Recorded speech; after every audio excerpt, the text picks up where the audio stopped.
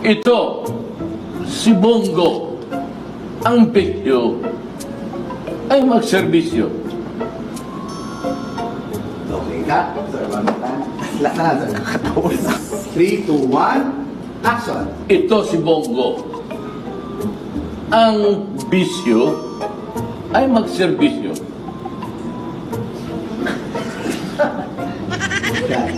Hindi na napasig. Dapat sabay.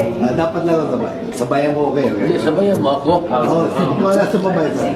Okay, one more time. Si Bongo, mahina sa drama. Pabalik tayo dito. Ayusin nyo lang huwag naman mo. Dito. Tapos makawak na kami. Ngayon natin. Opo, pwede na. Ayoko, buo. Valentine's naman, Pangulo. Iboto sa Senado, Bongo. Cut, very good. Ay, salamat. Huwag ka na paulit-ulit direct. So, Pwede ba in his own Word. words? Hindi, okay na yan. Hindi, basta Tagalog, hindi naman yan ang magaling. Nagda-double deck ako sa Tagalog. Wala kasi kami yung redundant na kung anong ka-bright na version. sige. Tingnan mo ang bright ng Tagalog. Bababa ba? Bababa. Bongo ang Bongo ang magpapatuloy ng pagbabago. Pababa ang dila ko iboto sa Senado.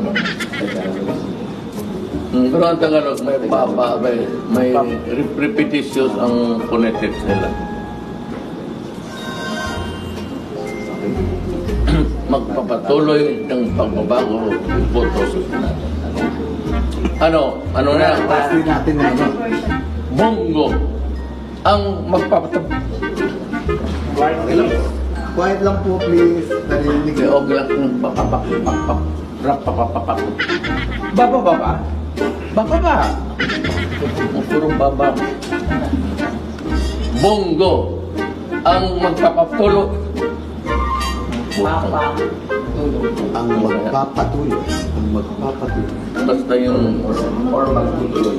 Oh, gusto na ako. magpatuloy na lang. Ayun, magpapatuloy. Pwede po. Pwede po. Ng Bongo, magpapatuloy. pagbago. Kung nang baba kasi, nagbabag ang dila ko. Babag is na gumagano'n.